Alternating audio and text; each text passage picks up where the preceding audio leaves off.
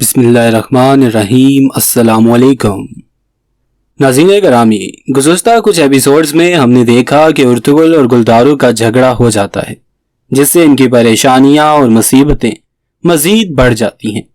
इन्हें एक मज़ीद झटका ये लगता है कि हमजा ने गद्दारी की है और अब वो नोयान से जा मिला है। उर्तुगुल उसकी तलाश में निकलता है तो ये हमजा को ढूंढ लेता है, मगर हाथ खराब होने की वजह से ये हमजा और अपने बाकी गद्दार सिपाहियों का मुकाबला नहीं कर पाता। हमजा इसे मारता नहीं बल्कि दरख्त के साथ बांध कर चला जाता है। हमजा कहता है कि मैं तुम्हें नहीं मारूंगा, बल्कि बहुत जल्द नोयान तुम्हारी मौत बनकर तुम्हारे सामने होगा। तब तक तुम मेरे रास्ते में मत आना, वरना मैं ही तुम्हारे लिए मौत का फरिश्ता बन जाऊंगा। यहां से आज के एपिसोड का आगाज होता है। दोस्तों, हमजा उर्तुगुल से कहता है कि मैं तुम्हें मारना नहीं चाहता, क्योंकि एक माजूर की जान लेना मेरी शान के खिलाफ होगा। ये सुनकर उर्तुगुल उसे कहता है कि अगर मैंने तुम सभी गद्दारों के सर नेज़े पर ना लटका दिए।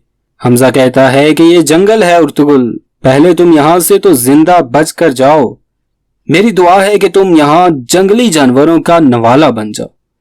अगर किसी तरह जिंदा बचने में कामयाब हो गए तो अपने भाई गुलदारों को मेरा सलाम कहना, क्योंकि बहुत जल्द मैं उससे अपनी बेइज्जती और इल्जामात का बदला लेने आऊंगा और उस दिन मैं अपने हाथों से उसकी जान लूंगा। तैमूर और गुलदारों जो कि हमजा की तलाश में निकले होते हैं, मगर इनके हाथ कुछ भी नहीं लगता, जिसकी वजह से तैमूर गुस्से से पागल हो जाता है। वह इस बात का इल्जाम भी उर्तुगुल पर लगाता है कि अगर उसने हमें रोका ना होता तो आज हम इस हाल में ना होते। गुलदारो इसे तसल्ली देते हुए कहता है कि हमें इत्मीनान और सुकून से काम लेना चाहिए ताकि हम अपने कबीले को संभाल सकें। इस तरह गुस्सा करने से कुछ भी नहीं हासिल होगा। तुम फिक्र ना करो, हम उन्हें जल्द ही गिरफ्तार करके इनके किए की सजा जरूर देंगे। ये लोग उर्तुगुल की हालत से बिल्कुल अनजान होते हैं कि वो इन्हीं के रास्ते में बंधा हुआ है, मगर कुछ देर गुजरने के बाद गनी उर्तुगुल को बचाने के लिए वहां आ जाता है। उर्तुगुल की रस्सियां खोलकर इसे आजाद कर देता है। उर्तुगुल इसका शुक्रिया अदा करता है। गनी से बताता है कि मुझे नोयान की खबर मिली है, वो उक्ताई खान के पास से वापस आ गया है ताकि वो आपके कबीले पर हमला कर सके। मगर उर्तुगुल उसे बताता है कि वो ऐसा कुछ भी नहीं कर सकेगा, इससे पहले हम खुद उसका घेराव कर चुके होंगे। हमें फौरन कबीले पहुंचकर अब्दुल रहमान को बचाना होगा। दूसरी जानब दुर्गा कबीले के तमाम मुअज़्ज़ज़ीन सरदार खुशनूद के साथ जिरगे में बैठकर बात कर रहे होते हैं। वो कहते हैं, हमने कई कबीले के साथ इत्तेहाद कायम करने की कोशिश की, लेकिन इन गद्दारों ने हमें पीठ पीछे हंजर घोंप दिया। हमने इन्हें अपने खाने में शरीक किया, मगर उन्होंने अपने कबीले के साथ साथ हमारे कबीले का सुकून भी बर्बाद कर दिया। इसलिए तो दुर्गा कबीले के सरदार होने की हैसियत से आपको ही हमारे कबीले का सुकून वापस लाना होगा, वरना कई कबीला अपने साथ साथ हमें भी ले डूबेगा। इनकी बातें सुनकर आरफ साहब, जो कि निहायत नेक दिल और अच्छे इंसान हैं, वो इनसे कहते हैं कि जब इत्तेहाद कायम किया गया था तो सभी सरदारों ने अपनी मंजूरी दी थी।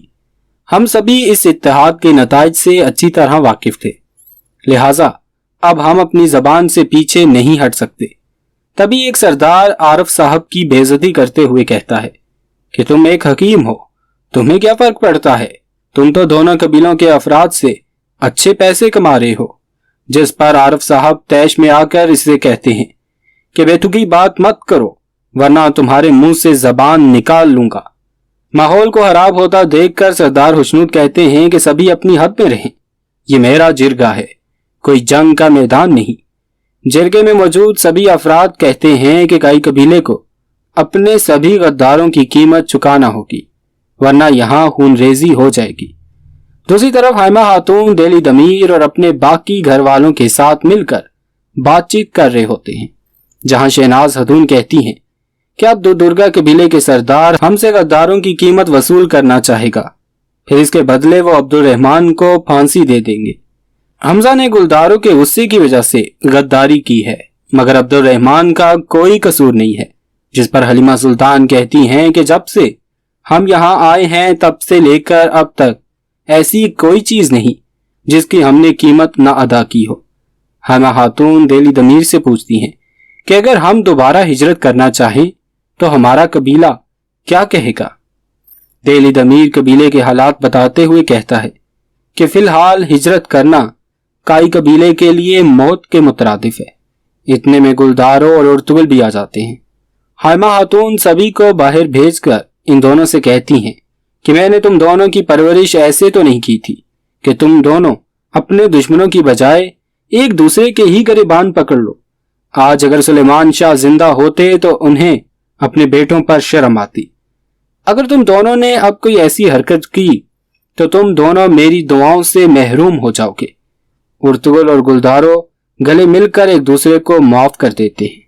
तैमूर भी अपने वालिद सरदार हुस्नूद के जिरगे में वापस आकर आग पर तेल छिड़कने का काम करता है।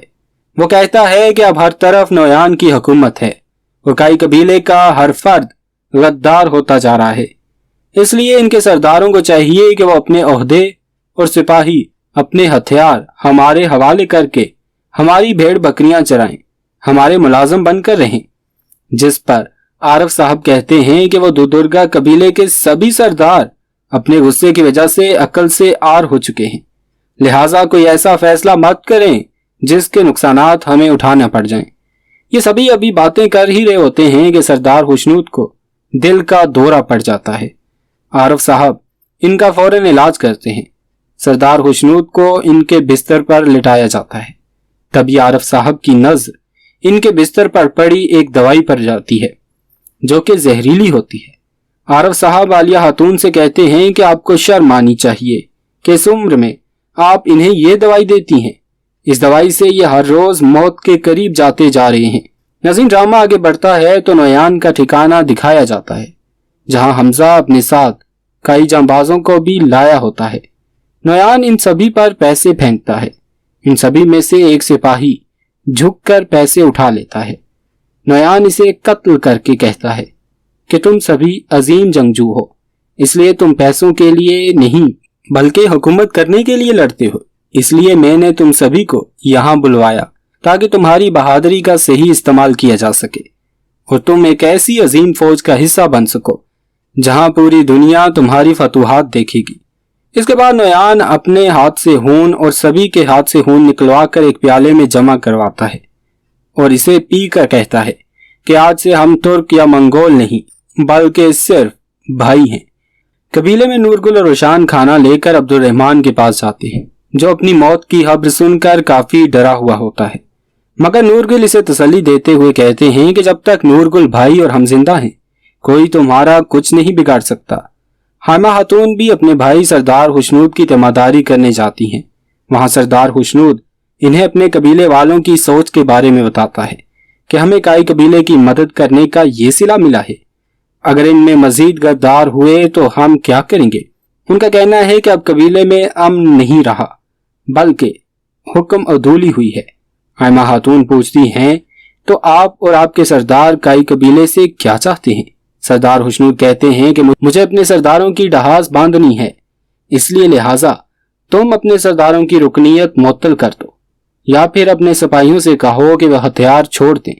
ये सुनकर हैमा खातून तैश में आकर कहती है कि आपके सरदार हमें अपना गुलाम बनाना चाहते हैं। ड्रामे के इख्तिताम पर उर्तुगुल और हलीमा सुल्तान को दिखाया जाता है। हलीमा सुल्तान उर्तुगुल से पूछती हैं कि आपके दिल में क्या चल रहा है, मैं जानना चाहती हूँ।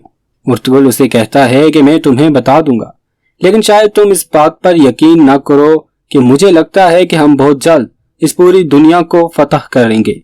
हर जगह अदलो अमन होगा और इस्लाम का बोल बाला होगा।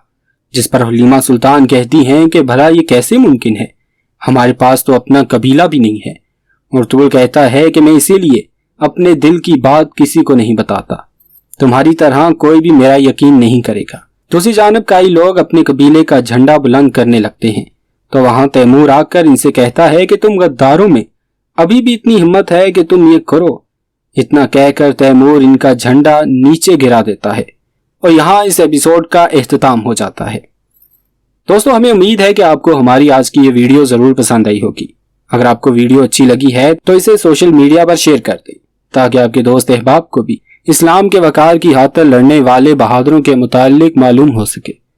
ہمارے چینل کو اسی طرح دیکھتے رہیں۔ ہم پھر آپ کی خدمت میں ایک نئے ٹاپک کے ساتھ حاضر ہوں گے۔ اپنا اور اپنے پیاروں کا خوب سا خیال رکھیے گا۔ اللہ نگہبان۔